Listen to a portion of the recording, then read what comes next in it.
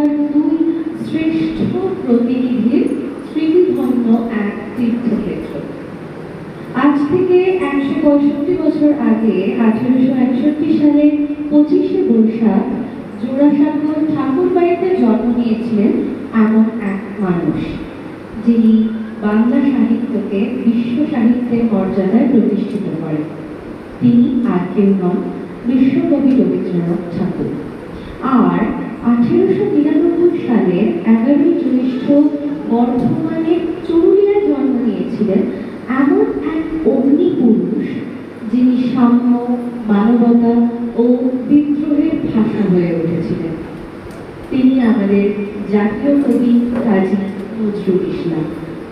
একজনের হাতে ছিল বীণা, অন্যজনের হাতে ছিল অগ্নিবীণা। একজন লিখেছেন চিত্ত যেথা ভয় শূন্য, উচ্চ যেথা শির।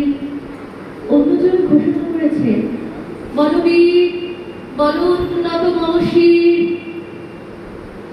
কিন্তু তাদের লক্ষ্য ছিল এক, মানুষের মুক্তি, মানুষের মর্যাদা, মানুষের জয়।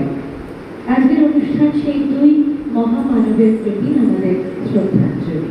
প্রথমে শ্রদ্ধাঞ্জলি দিতে আমরা ডেকে নেব দলের সভাপতি ও সম্পাদককে।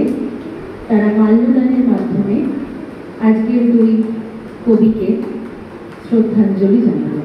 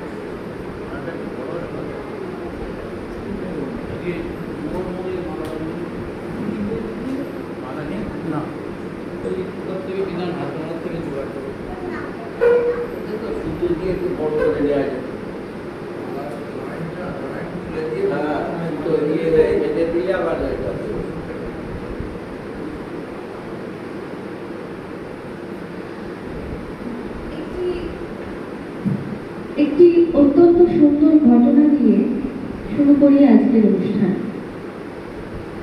১৯২২ সালে তরুণ নজরুল যখন বাংলা সাহিত্যে ঝড় তুলছেন, তখন প্রবীণ রবীন্দ্রনাথ তাকে শুধুমাত্র প্রশংসাই করেননি, বরং স্নেহ ভরে আশীর্বাদ করেছিলেন। নজরুল তাঁর বসন্ত নাটকটি রবীন্দ্রনাথকে উৎসর্গ করেছিলেন। রবীন্দ্রনাথ বলেছিলেন, জাতির জীবনে বসন্ত এনেছে নজরুল।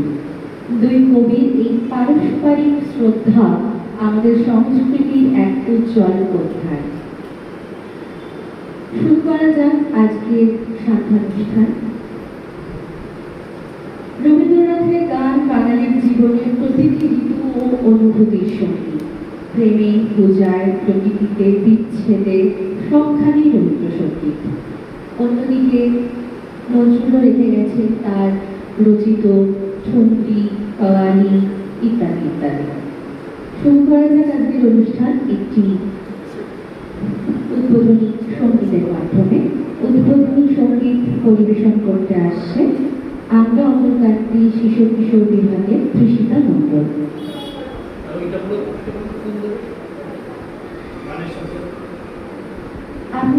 আপনাদের যদি কারোর মনে হয় আপনারা ফুলের মাধ্যমে দুই কবিকে শ্রদ্ধাঞ্জলি জানাবেন, গানের মধ্যে আপনারা আসতে পারেন, এগিয়ে আসতে পারেন এবং দুই কবিকে